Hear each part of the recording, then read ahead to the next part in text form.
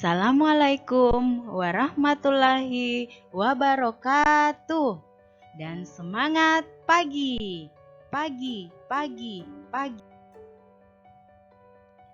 Apa kabar anak-anak hebatnya Miss hari ini? Semoga semua dalam keadaan sehat ya. Sebelum memulai pelajaran, mari kita berdoa bersama-sama menurut agama masing-masing. Doa dimulai.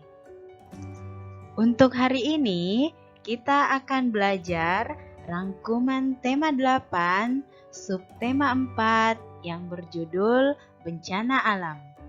Adapun muatan pembelajaran pada hari ini terdiri dari PPKN, Bahasa Indonesia, Matematika, dan SBDP. Pertama adalah muatan pelajaran PPKN. Materi pertama menjelaskan bentuk kerjasama di rumah. Kerjasama dilakukan bersama-sama. Kerjasama dapat meringankan beban pekerjaan. Pekerjaan lebih cepat selesai dengan bekerja sama. Selain itu, kerjasama dapat menambah keakraban setiap anggota keluarga. Adapun contoh kerjasama yang dilakukan di rumah antara lain, yang pertama, ibu akan membuat cincau. Udin membantu memotong daun cincau. Sedangkan Mutiara membantu ibu memegang wadah yang dilapisi kain. Contoh yang kedua, Beni akan masuk ke rumah baru. Sebelum memasuki rumah baru, keluarga Beni membersihkan rumah terlebih dahulu. Ayah mengecat tembok rumah, ibu mengepel lantai, Beni membantu kakak mengelap meja. Mereka bekerja sama agar pekerjaan menjadi ringan dan cepat selesai. Selanjutnya, mempraktikkan kerjasama di rumah. Setiap anggota keluarga harus mengetahui pentingnya kerjasama. Kerjasama dapat mempererat keakraban setiap anggota keluarga.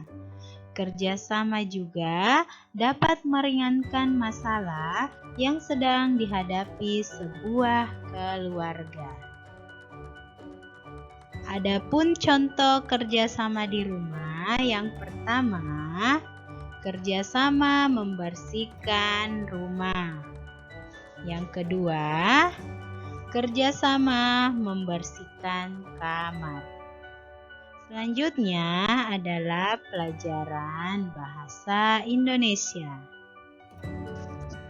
Menuliskan ungkapan terima kasih. Bencana alam merupakan salah satu peristiwa alam. Kita tidak menginginkan bencana alam terjadi. Kekeringan dan banjir merupakan contoh bencana alam. Bencana alam sering terjadi di Indonesia. Banyak lahan kekeringan saat musim kemarau. Saat musim hujan tiba, sering terjadi banjir. Banyak rumah warga yang terendam. Warga yang tertimpa bencana memerlukan bantuan. Banyak bantuan yang datang menolong. Warga sangat berterima kasih atas bantuan tersebut. Bantuan tersebut dapat meringankan beban mereka. Saat mendapat pertolongan atau bantuan dari orang lain, kita harus mengucapkan terima kasih. Ucapan terima kasih sebaiknya diucapkan dengan tulus.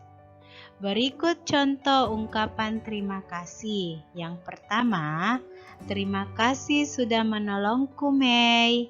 Yang kedua, terima kasih sudah meminjamkan pensil untukku, Jonas.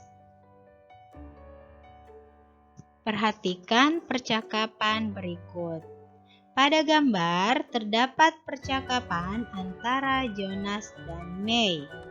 May berkata, "Terima kasih Jonas, kamu sudah membantuku membawakan buku-buku ini." Dan Jonas menjawab, "Sama-sama May, aku senang bisa membantu kamu." Oke, adapun materi selanjutnya menuliskan kalimat permintaan tolong. Kita pernah meminta bantuan kepada orang lain. Saat meminta bantuan, lakukanlah dengan santun. Gunakanlah kata tolong. Setelah menerima bantuan, ucapkan terima kasih. Perhatikan percakapan pada video berikut ini.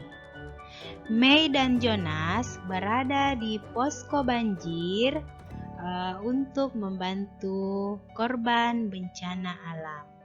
May berkata, "Jonas, tolong bantu aku menjaga posko bersama ya." Dan Jonas menjawab, "Baik May, akan aku lakukan." Dan May mengatakan, "Terima kasih Jonas." Berikut contoh ungkapan permintaan tolong sesuai gambar. Berikut ada gambar seorang anak dan ibunya yang sedang membersihkan rumah. Adapun contoh ungkapan permintaan tolong, yang pertama, tolong bantu ibu membersihkan lantai. Yang kedua, tolong ambilkan sapu Siti, ibu akan membersihkan lantai ini. Yang ketiga, tolong sapu lantai ini ya Siti, setelah itu ibu akan mengepelnya. Oke, selanjutnya muatan pelajaran matematika. Pengukuran suhu dengan satuan tak baku. Suhu merupakan ukuran panas atau dingin suatu benda. Jika suhu suatu benda semakin tinggi, benda tersebut akan semakin panas. Jika suhu suatu benda semakin rendah, benda tersebut akan semakin dingin. Kita dapat merasakan suhu dengan menyentuhnya. Kita dapat menyentuh benda dingin seperti es. Kita juga dapat menyentuh benda yang suhunya normal seperti buku. Oke, anak-anaknya Miss, jangan pernah menyentuh benda yang panas ya. Untuk mengetahui benda panas, cukup kalian lihat atau didekati. Berikut adalah contoh suhu suatu benda. Ada es batu bersuhu dingin, ada air mendidih bersuhu panas, dan ada air keran yang bersuhu normal. Mengukur suhu dengan satuan tak baku. Suhu sebuah benda dapat diketahui. Salah satunya dengan cara menyentuhnya.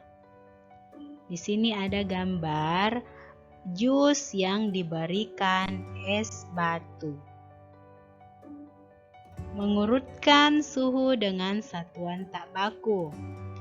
Kalian dapat mengukur suhu dengan cara menyentuhnya.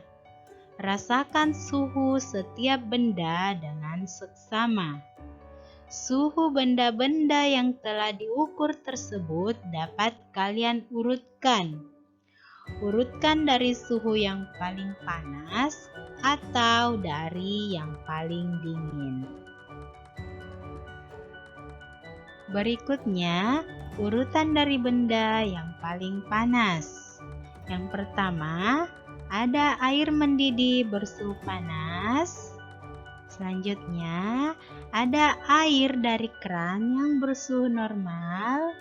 Dan yang terakhir, ada es batu yang bersuhu dingin.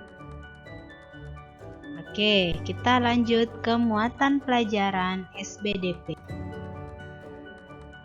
Membuat karya dari tanah liat. Tanah liat merupakan salah satu bahan lunak. Tanah liat sering digunakan untuk membuat karya seni. Tanah liat mudah dibentuk. Tanah liat juga banyak ditemukan di sekitar kita. Cara membuat karya dari tanah liat yaitu dengan cara menekan dan membentuknya menggunakan tangan.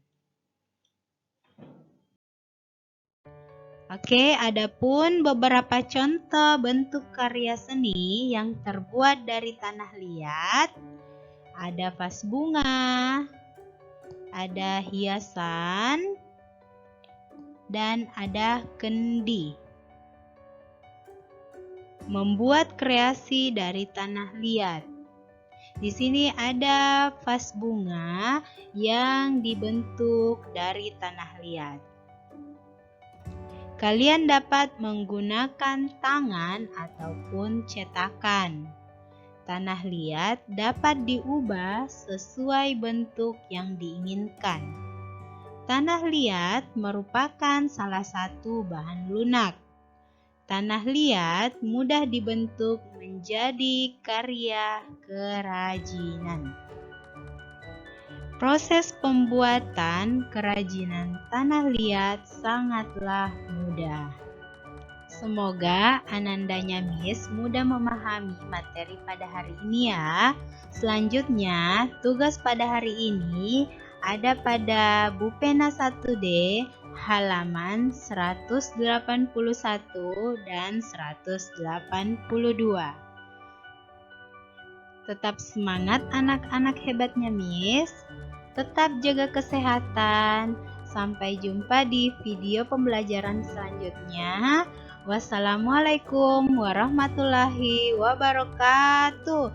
Dan sampai jumpa.